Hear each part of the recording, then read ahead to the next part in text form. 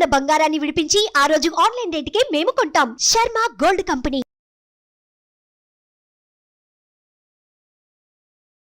నమస్కారం, welcome to Suman TV. నేను గీతాంజలి. అందరికీ సాధ్యమయ్యే విషయమే కాదు, దానికి ప్రత్యేకంగా కొన్ని మార్గాలు ఉన్నాయి అని అంటున్నారు శ్రీ శ్రీ శ్రీ ఆదిత్య పరాశ్రీ స్వామి వారు. గురుగారు నమస్కారం అండి. నమస్తే. నిజంగా ఈ మధ్య చేతబడి అదే బ్లాక్ మ్యాజిక్ ఇలాంటివి అంటున్నారు, నిజంగా ఉన్నాయా? అది ఒక డిఫరెంట్ టైప్ బాణామతి చొల్లంగి ఏదో టైప్స్ ఆఫ్ చేతబడులు అంటున్నారు, నిజంగా ఉన్నాయా? 100% ఉంది.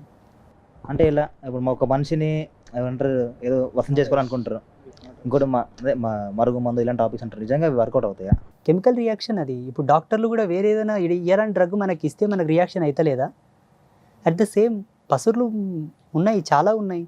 మనిషిని ఆరోగ్యవంతంగా చేయొచ్చు, అనారోగ్యంగా చేయొచ్చు, మరణం కూడా చేయొచ్చు. ఇప్పుడు పుట్టినవి కాదు కదా, అనాది కాలంగా అప్పుడు పాతకాలం నుంచి వచ్చినవి ఇవి. ఇప్పుడు గోళీలు మందులు ఇవి ఉన్నాయి ఈ వల్ల, అప్పుడు అవి లేవు. పసర్లతోనే ఏదైనా చేసేవాళ్ళు కదా, అప్పుడు మరుగు మందులు మరల మందులు అప్పటి ఉంటున్నాయి. ఇవి చేతబడులు అంటారా? చేతబడులు ఉన్నాయి, అవి పనిచేస్తాయి, చేసేవాళ్ళు కూడా ఉన్నారు, చేయవచ్చు, చేయించవచ్చు అనేక రకాలుగా. లేవు అనడానికి ఆప్షన్ ఏముంది చెప్పు? చేతబడులు లేవు అనడానికి ఆప్షన్ ఏముంది చెప్పు? ఉంది అనడానికి కోటి ప్రమాణాలు చూపిస్తాను నేను. నేనే సాక్ష్యం దానికి. యాజ్ ఏ సన్యాసిగా, ఒక స్పిరిచువల్ గురువుగా మేము మంచిని ఎంత శోధిస్తామో చెడును కూడా అంతే శోధించాలి. డాక్టర్ కావాలంటే ఫస్ట్ వైద్యం తెలవాలి, వైద్యం తెలవాలంటే ఔషధం తెలవాలి, ఔషధం తెలియాలంటే ధైర్యం తెలియాలి, ధైర్యం తెలియాలంటే ఆయన అన్నిటికీ దూరంగా ఉండాలి. అర్థమవుతుందా? కోసేటప్పుడు ఇది బాడీ కదా ఎట్లా కోత అనుకుంటే ఆయన డాక్టర్ కాడు కదా. నేను సన్యాస ధర్మంలో రాకన్నా ముందే ఎన్నో శాస్త్రాలను శోధించాను నేను. ఎన్ని తంత్రశాస్త్రాలు లేవు మనకు? ఎన్నో ఉన్నాయి. సిద్ధనాగార్జున తంత్రంలో చాలా క్లియర్గా ఉన్నది. ఈజీగా చేయొచ్చు చేతబడి, పెద్ద కష్టమేం కాదు. కానీ అది చెడు కదండి, ఇంకొకరు చెడు ఆశించడం అనేది. ఇప్పుడు అమ్మ నేను ఒక మాట చెప్తాను, నీకు రుచిగా కావాలని చెప్పేసి ఒక కేజీ చికెన్ తెచ్చుకుంటావు, దాన్ని కోసేవాడికి డబ్బు కావాలి. కోస్తున్న కోడి యొక్క ప్రాణం నీకు అర్థం కాదు, ఆయనకు అర్థం కాదు. ఆయనకు డబ్బు అవసరం, నీకు చికెన్ అవసరం. అది వ్యక్తిగతమైన స్వార్థం. ఈనాడు పుల్వామా దాడి చేసి అంతమంది సైనికులను చంపేశారు, వాళ్ళకేమొస్తుంది? వాళ్ళకి తెలియదా వాళ్ళ మనసులని? అయ్యో ఎట్లా చంపుదామని వాళ్ళకి తెలియదా? కానీ జరిగింది. ఇది వ్యక్తిగతమైన స్వార్థం, వాళ్ళ యొక్క దురాభిప్రాయం, వాళ్ళ యొక్క దురాలోచన. చేసేవాళ్ళు చేస్తుంటారు, చేయించేవాళ్ళు చేయింపజేస్తుంటారు. బలయ్యే వాళ్ళకి నేనేం చెప్తానంటే, చేతబడి క్రియలకు గురి అయ్యే వాళ్ళకి నేనేం చెప్తానంటే, ఏ ఇంట్లో అయితే రోజు ఉదయ సంధ్యలో దీపం వెలిగిస్తారో, ఏ ఇంట్లో అయితే రోజు సాయం సంధ్యలో దీపం పెడతారో, ఏ ఇంటి యజమాని వారానికి ఒక్కసారి అమ్మవారిని దర్శనం చేసుకుంటాడో ఆ ఇంటికి చేతబడు ఎక్కదు. సంకేతాలు ఏమైనా తెలుస్తాయండి? సంకేతాలు అంటే చూడమ్మా, ఎన్ని ఔషధాలు వాడినా ప్రభావం చూపనప్పుడు, మెడిసినల్ ప్రభావం మన బాడీ మీద పడనప్పుడు, డాక్టర్లు కూడా గ్యారంటీ ఇవ్వనప్పుడు, మేము మా వరకు ప్రయత్నం చేస్తున్నామండి ఇంకా బాగా అవ్వట్లేదు అన్నారనుకోండి, సంథింగ్ ఈజ్ రాంగ్. కుటుంబంలో కొన్ని అనూహ్యమైన సంఘటనలు జరుగుతూ ఉంటాయి. అటువంటప్పుడు విజ్ఞానవంతులైనటువంటి గురువులను కలవాలి. విజ్ఞానవంతులు, శాస్త్ర అధ్యాయం మీద పట్టున్న వాళ్ళు, మంత్ర సామ్రాజ్యం మీద పట్టున్న వాళ్ళని కలవాలి. అయ్యా మాకు ఈ సంకేతాలు వస్తున్నాయి, ఇవి ఎందుకు సూచన?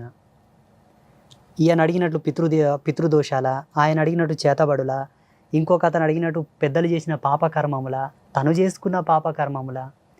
జ్ఞానవంతుడైన వాడు, మంచి నిష్ణాతుడు దాన్ని విశ్లేషిస్తాడు, జాతక పరిశీలన చేసి ఇది ఇందు మూలంగా వస్తున్నది, నువ్వు ఇలా ఉండు, అంతే, తీరిపోతుంది. ఇంకా లేదనుకో, అవతలి వాడు స్వార్థపరుడైతే నిన్ను వాడుకుంటాడు తప్పిస్తే నీ సమస్యను వాడుకోడు. అర్థమవుతుందా? ఇప్పుడు జరుగుతున్నది అదే. అలా జరగడం బట్టే ప్రతి ఒక్కరు ఇప్పుడు ప్రశ్నిస్తున్నారు మాలాంటి వాళ్ళని, ఏమీ లాభం అయ్యా మీ నుంచి సమాజంకి అంటున్నారు. డైరెక్ట్ లైవ్లో మమ్మల్ని, మీ నుండి ఏం లాభం సమాజంకి అంటున్నారు. మేము చెప్పడం బట్టే కదా ఈరోజు పుష్కరాలు వస్తున్నాయని మీకు తెలుస్తున్నది. మేము చెప్పడం బట్టే కదా ఈరోజు మీకు గడియారం ఉన్నది. మేము చెప్పబట్టే కదా ఈరోజు మీకు క్యాలెండర్ ఉన్నది. మేము చెప్పడం బట్టే కదా మీకు గ్రహణాలు తెలుస్తున్నాయి. ఒకవేళ మా వల్ల మీకు లాభం లేదనుకుంటే ప్రపంచంలో ఉన్న ఆస్ట్రోఫిజిక్స్ అంతా కూడా డిస్ట్రాయిడ్ చేయండి, నిత్య నూతనంగా ఒక క్యాలెండర్ ఆవిష్కరణ చేయండి, ఒక పంచాంగ రచన చేయండి చూద్దాం. మీకున్న మోడర్న్ సైన్స్ని అనుసరించి చేయండి. ఈరోజు పెద్ద పెద్ద యూనివర్సిటీలలో మన వేద విజ్ఞానాన్ని అనుసరించే రీసెర్చ్లు చేస్తున్నారు. ప్రపంచానికి ఒక సందేశం ఇస్తాను నేను. పాశ్చాత్యులు ఈ దేశం మీదకి రాకన్నా ముందు విదేశాలలో ఏ ఒక్క ఆవిష్కరణ జరిగిందా? విదేశీయులు ఈ దేశం మీదకి రాకన్నా ముందు విదేశాలలో ఒక్క ఆవిష్కరణ జరిగిందా? తిరగలి కూడా లేదా ఆ దేశాల్లో, పిండి రుబ్బుకునే తిరగలి కూడా లేదా ఆ దేశాల్లో, తెలుసా?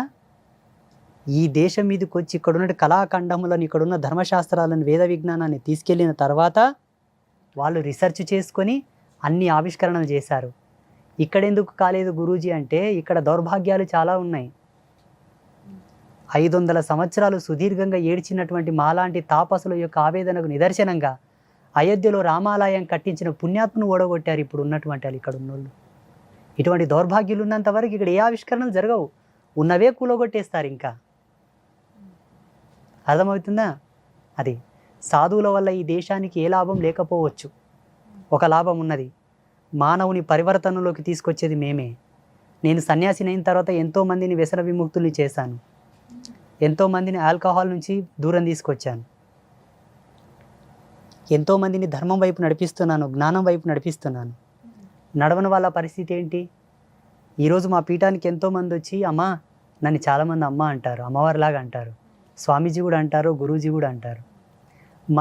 మా ఆయన మద్యంకి బానిసై రోజు వచ్చి తాగి నన్ను కొట్లో కొడుతున్నాడు అంట. ఇప్పుడు ఎవరు బాగా చేయాలి ఆయనని?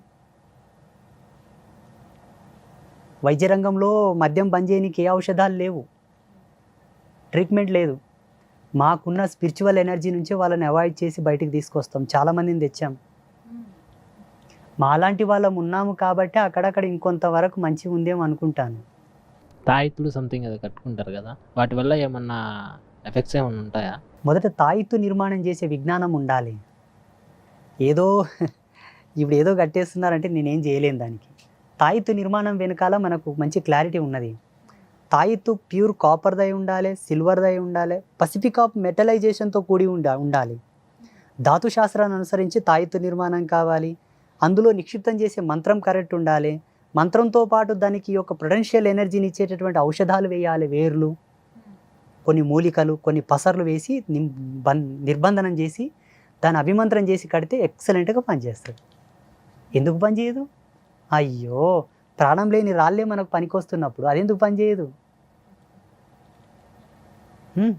దాని నిర్మాణ శైలి తెలవాలి. ఇప్పుడు ఒక యంత్రము కానీ ఒక మూలిక కానీ కట్టాననుకో, నువ్వు స్నానం చేసేటప్పుడు అది నాని తొందరగా పాడైపోతుంది.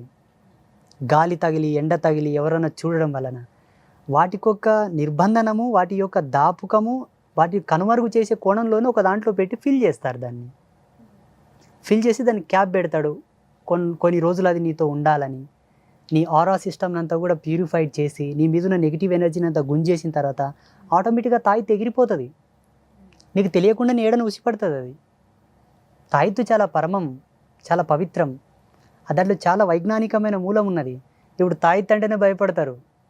వామ్మో తాయిత్తులా. గురుగారు, ఇప్పుడు దెయ్యాలు భూతాలని సైకియాట్రిస్ట్ ఒకలాగా చూస్తారు, ఈ గురువులు మీలాంటి వారు ఇంకొక కోణంలో చూస్తారు. ఎందుకు అలాగా? సైకలాజికల్ సబ్జెక్ట్ అనేది ఏదంటే మానసిక శాస్త్రం, అది మైండ్ రీడింగ్. అది వాళ్ళు కేవలం ఒక పుస్తక పటిమతో వాళ్ళు అయి ఉంటారు. అతను ఒక పుస్తక పటిమతో ఒక అధ్యయనపూర్వకంగా ఆయన ఆ స్థితికి వచ్చి ఉంటాడు. మేము పుస్తక పటిమ చేస్తాం, సాధన చేస్తాం, ధ్యానం చేస్తాం. మేము నేచర్తో కనెక్టివిటీ తీసుకుంటాం. ఫస్ట్ ప్రకృతికి అనుసంధానంగా మా జీవన విధానాలను మార్చుకుంటాం, దానికి అనుగుణంగా బ్రతుకుతాం. అప్పుడు పంచభూతాలు మాలో ఉంటాయి, మేము పంచభూతాల్లో ఉంటాము.